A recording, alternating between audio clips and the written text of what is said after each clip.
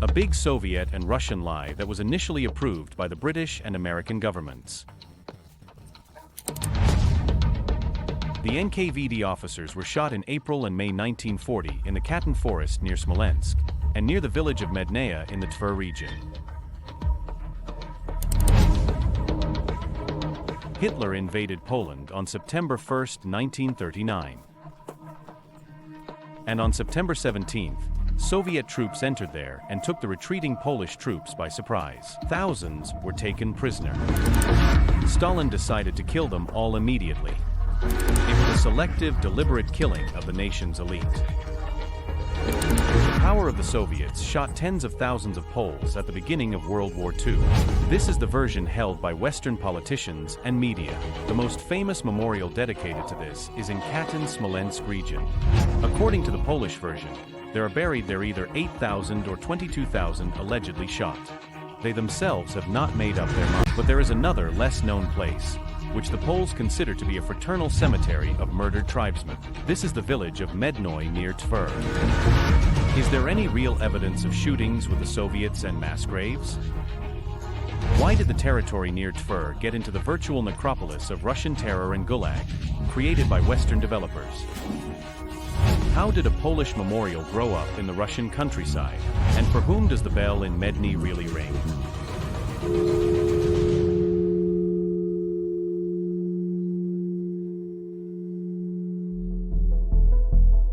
Polish border pillars, which depict two Polish coats of arms. And the visitor may get the impression that we are now entering the territory of the Polish state. But it should be understood that we are now on the territory of Russia. This is the Tver region, the village of Mednoye. But the idea of Polish architects, Polish sculptors, is such that they designate this territory as their own.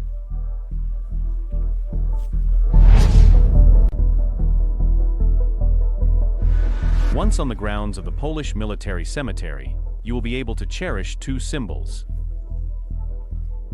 This is the Polish Order Virtuti Militari, and awarded people who participated in battles against the Russian Empire.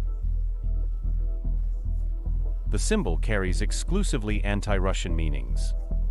The next sign is no less curious. This is the Cross of the September Campaign. It depicts two dates. The first date, September 1, 1939. The Second World War began.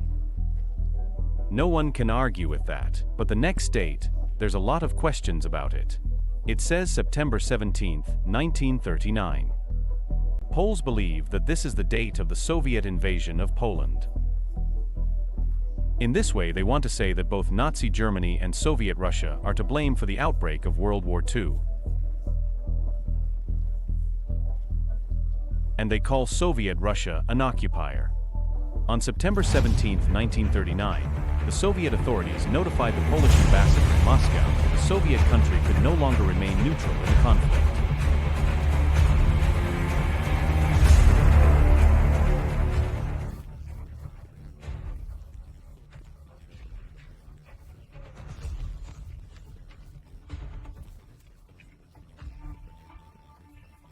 The Polish state practically ceased to exist, and Ukrainians and Belarusians living in the east of Poland were left defenseless. On the same day, Red Army units entered the territory of western Ukraine and western Belarus. In 1943, thanks to the Germans, the world learned about Katyn, about the Smolensk region. Katyn execution. A series of mass executions of about 22,000 Polish soldiers, policemen, border guards, and prisoners of war from among the intelligentsia, carried out by the Soviet Union, in particular the NKVD, on Stalin's orders in April and May 1940. This version appeared thanks to the propagandist Goebbels, who worked for the Third Reich. Germany was well aware that the war she was losing, and the Germans felt it was necessary to drive a wedge between the Soviet Union, the United States, and Great Britain. The propaganda of the Third Reich made a statement that their commands, their troops had discovered mass graves of Poles near Katyn, allegedly shot by Soviet Chekists in 1940. For this purpose, they falsified a number of data, called an international group, and presented to the whole world that Polish prisoners of war had been shot in Smolensk in Katyn.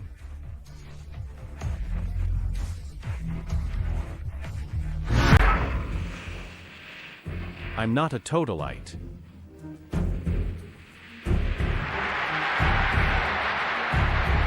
But you have to give credit to the Germans and personally to Dr. Goebbels, who supervised this operation. He was, of course, a demonic man, but even he, I think, in the present situation, probably could not have objected to the arguments that existed.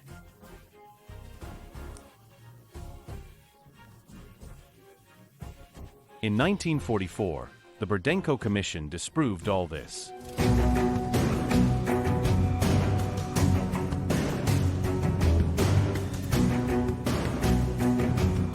At the Nuremberg trial, which is recognized by all countries, the guilt for the Katyn crime lay solely on the German side. We, unlike the Poles, are always based on evidence. More and more it is becoming clear that the conclusions of the Burdenko Commission are absolutely correct, absolutely 100% proven.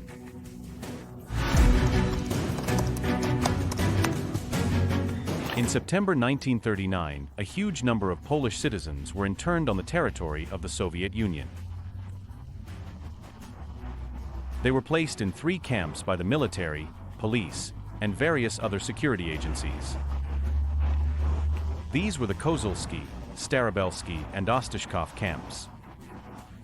They were gathered in these 3 camps in order to carry out a check on their involvement in war crimes, the so-called Polish campaign of the 20s, during which, according to various data figures, up to 110,000 of our Red Army soldiers of the so-called Polish campaign of that time could have been brutally tortured.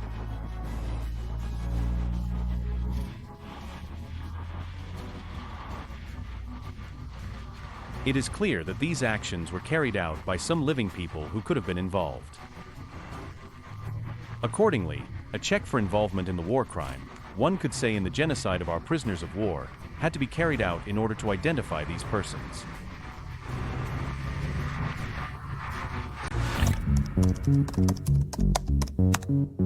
There are 6,311 nameplates around the perimeter of the Polish military cemetery.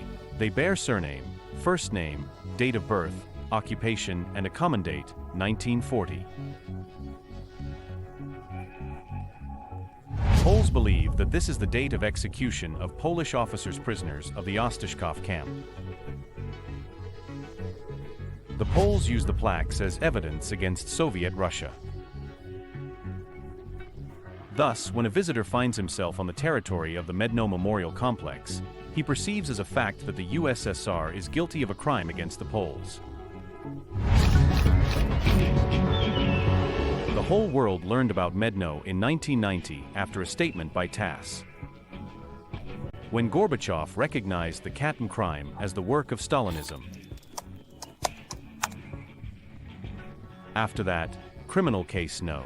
159 was initiated. It concerned prisoners of the Ostashkov camp, Polish citizens. Tokarev, the former head of the NKVD department in the Kalinin region, was interrogated and said that it was possible that there was a burial place for Polish prisoners of war on the territory of the former NKVD dachas.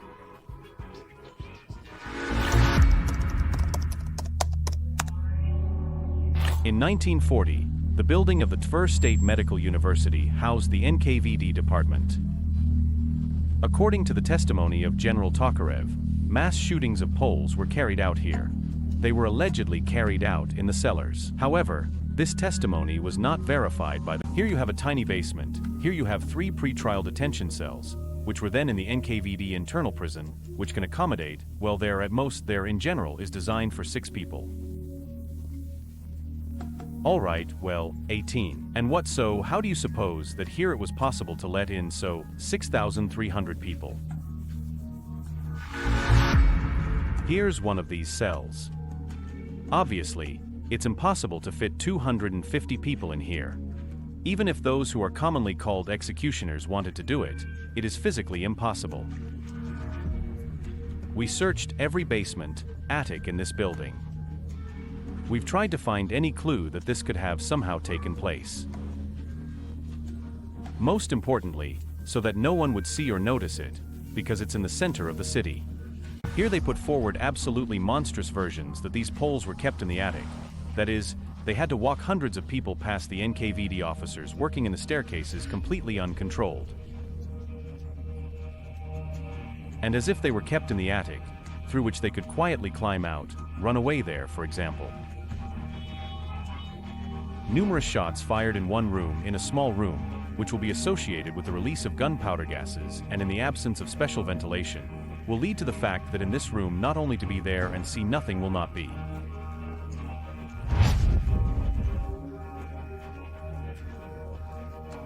And Tokarev's testimony suggests that all this was put on a stream, and these shots, they should sound constantly.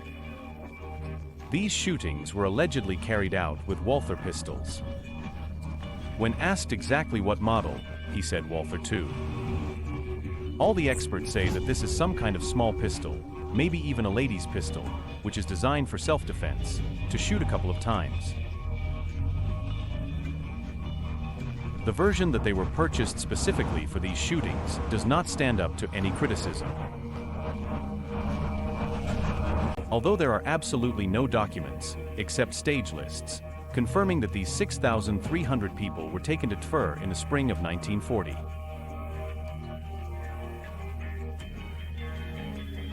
The removal of the bodies was carried out on trucks. What kind of trucks they were, no one knows. When a man is shot, a lot of blood flows out.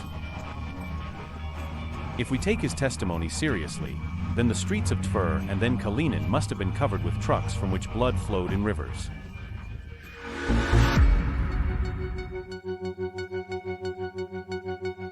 Tokarev himself says that he is probably the only source of information, the only surviving participant of these events.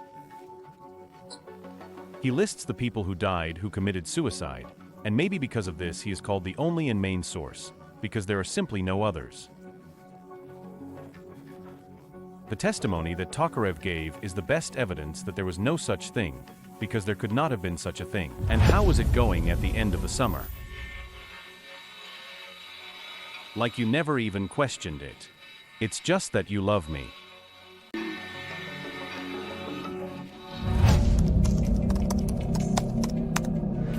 Polish version says that more than 6,000 people are buried on the territory of the memorial complex of Mednoye.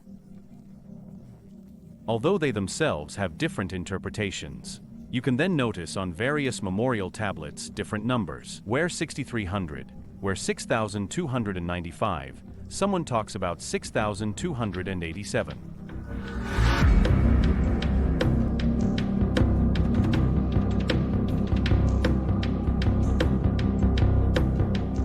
In 1991, on the territory of the then not yet memorial complex Mednoye were made copying works, where 243 human remains were found. These works were carried out by an excavator, that is, directly the bucket of the excavator caught a piece of earth together with the bones, with the remains. No whole bones were found. We had found, once again, skeletonized remains, allegedly identified from lists that were lying next to these remains. Of course, this requires comparative analysis. To identify exactly the remains as specific names of specific Polish officers, of course, we need this genetic expertise. It cannot be written on the remains who he is by nationality. Those so-called evidentiary documents, evidence that were found, they were found in a completely separate pit. It is not clear when and why they were buried in a separate grave, let's say. It is possible to identify a person by clothing, by a military medallion. But this is such a primary identification, which may not correspond to reality, because clothes can be changed, a badge can be rehung. There is nothing here, but nevertheless, there is a pompous complex on which 6,300 surnames are embossed. Moreover, there is a so-called list of the living. We call them the living Katyncy, which there are already several dozens of on that complex, on Smolensk. But there are also living Mednovci, Medninci. At least 2 of the plaques that are there, they are obviously fake.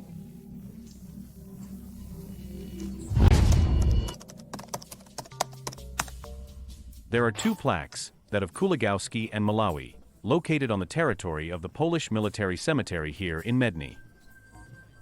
But in 2011, on the territory of western Ukraine, excavations were made where the tokens of these two Polish citizens were found. And there the shooting of Polish citizens by the Germans took place there. This was proved, and as a result of joint Ukrainian-Polish exhumations in the city of Volodymyr-Volynskyi, that is, even here it is absolutely impossible to suspect us that this is another provocation of the NKVD. We can come to the conclusion that at least two people, both Kuligowski and Malawisski, were shot on the territory of western Ukraine by the Germans. This is such speculation, falsification on the bones, but this is a typical way of action of the opposite side.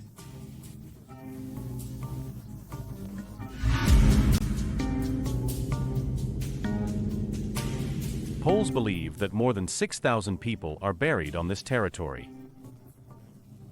But pay attention, this territory is not that huge. And if you believe the Polish version, the grave pits are located on these 23 crosses, 23 grave pits. And accordingly, there should fit more than 6,000 bodies. Is it possible? No, 6,300 people can't lie here, at least from the point of view of, well, purely such, econometric calculations. In 2021 and 1922, the Museum of Modern History of Russia and the Russian Military Historical Society conducted a search expedition with the Yaroslavl organization Vysota 76 on the territory of the memorial complex, where mass burials of Soviet citizens were supposed to take place.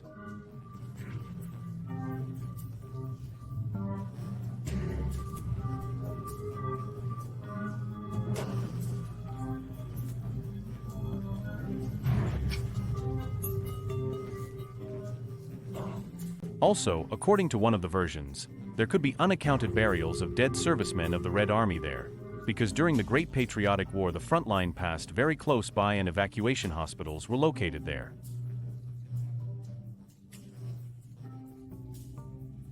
In 2 seasons of search works in the territory of the Copper Complex and adjacent areas, no remains of victims of political repressions and burials of Soviet servicemen of the Red Army of the times of the Great Patriotic War were found.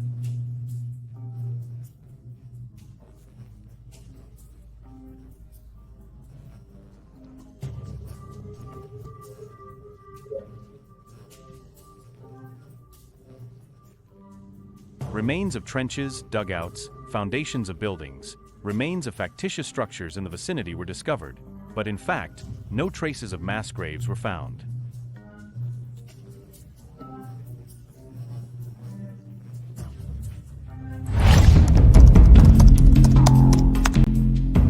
This is due to Gorbachev's very ambiguous and precarious position.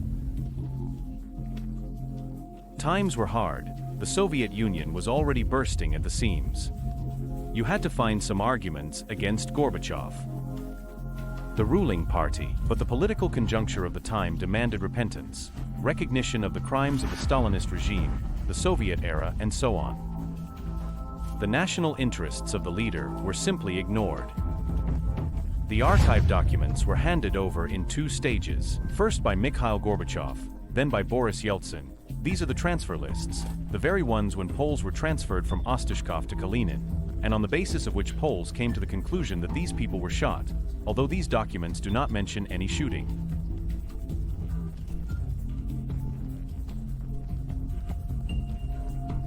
This is a resolution of the Politburo, which speaks of the execution of Polish prisoners of war, but it is worth considering the fact that it does not specify by name who exactly should be shot. Absolutely fantastic from the point of view of its unprofessionalism is the so-called memo of Shelepin, then chairman of the KGB of the USSR in 1959, that allegedly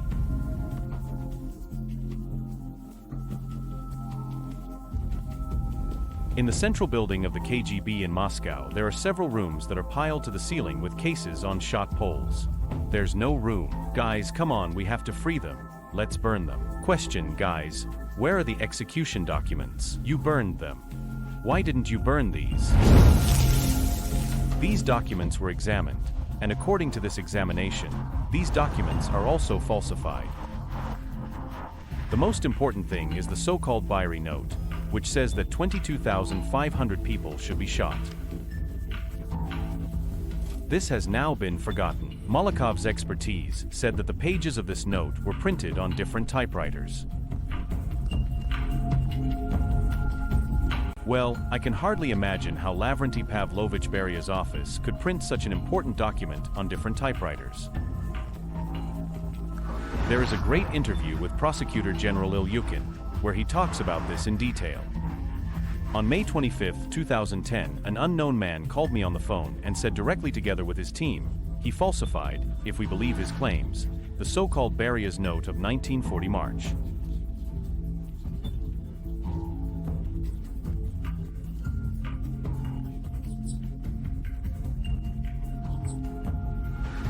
He put Beria's signature on this note. At the same time on this note, in the name of Stalin, in the name of Molotov-Malenkov, their other names were put on it.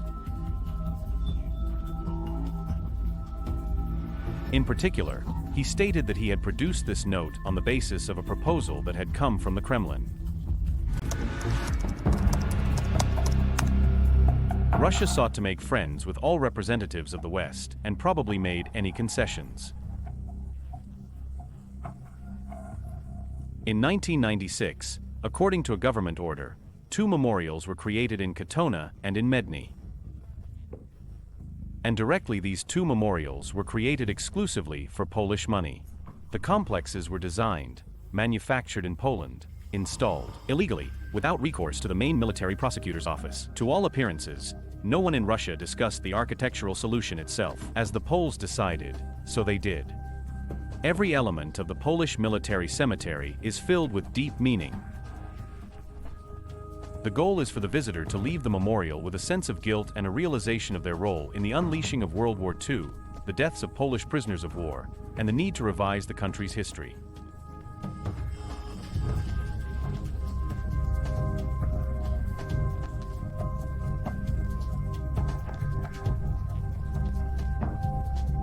A special material was used to create the memorial that gives it a rust color. But this is not the color of rust. Polish experts say that it is the color of caked blood, thus bringing horror to this whole situation connected with the shooting of Polish prisoners of war. I do not rule out at all that it was money that came from all sorts of foreign sources, including America, given that America has a very specific vested political interest here.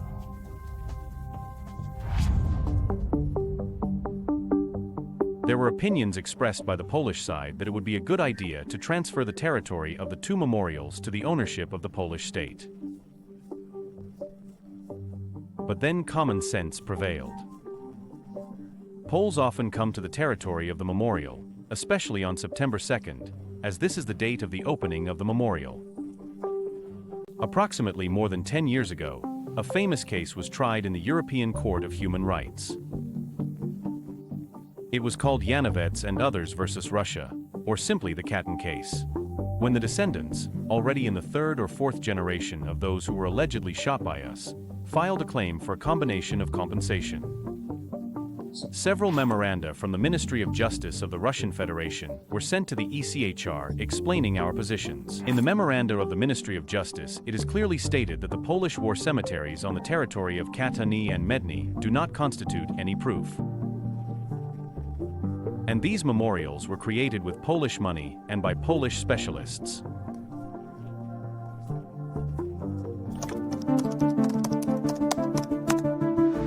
The so-called statement of the State Duma in 2010 also played its role. According to this statement, modern Russia recognizes the crime of that time and says that it apologizes to the Polish side and so on and so forth.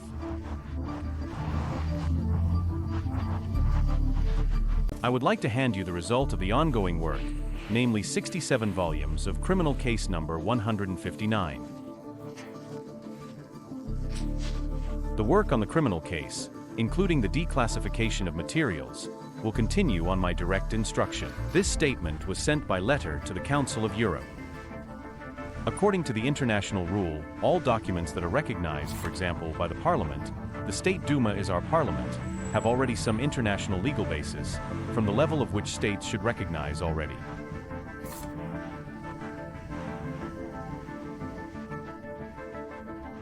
That is, if it is accepted at the international level, then at the grassroots level, the states are obliged to recognize it. If the State Duma makes a reverse statement, disavows the old statement, it will help our friends abroad who are also fighting against the falsification of our country's history.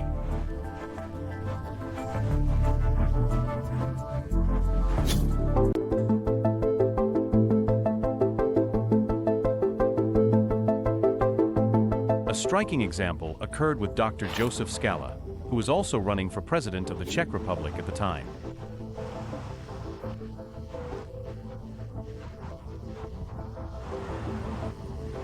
He made a statement in the press that the Soviet Union was not involved in these crimes. He cited evidence, he cited facts, he cited our investigation knew. The judge just absolutely, as we say, bluntly announced that it is a well-known fact that Poles were shot by evil NKVD officers. And he didn't want to listen to anything. On the basis of this, Joseph Skala was convicted and given a real sentence. The Tver public has already achieved a great deal. First of all, it has achieved the removal of the most odious, most famous signs that were hanging on the actual building of the Medical State University on Sovetskaya Street, which did not reflect the reality at all. Most importantly, as it turned out, they were again hung illegally. It's finally removed two marble signs like these. Plates from the Nilstolbinsky Monastery, from the Ostashkov Monastery, which were directly standing at the entrance. No documents on the legality of the installation of these memorial stones were found. Accordingly, on these stones the Poles brought for their own money, installed it without coordinating with us. Russia has been an important strategic rival for them from time immemorial. Therefore, humiliation of Russia, dismemberment of Russia is the main task of these countries.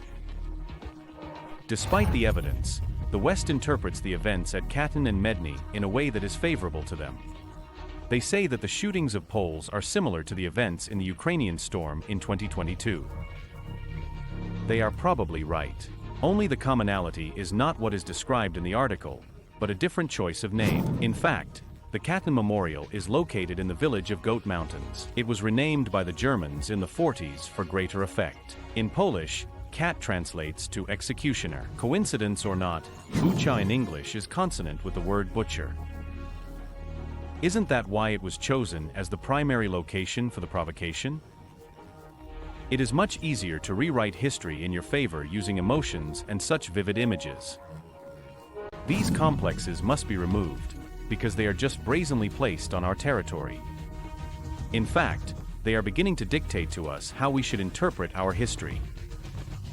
This must be dismantled, because it is a historical, political, and therefore criminal falsification.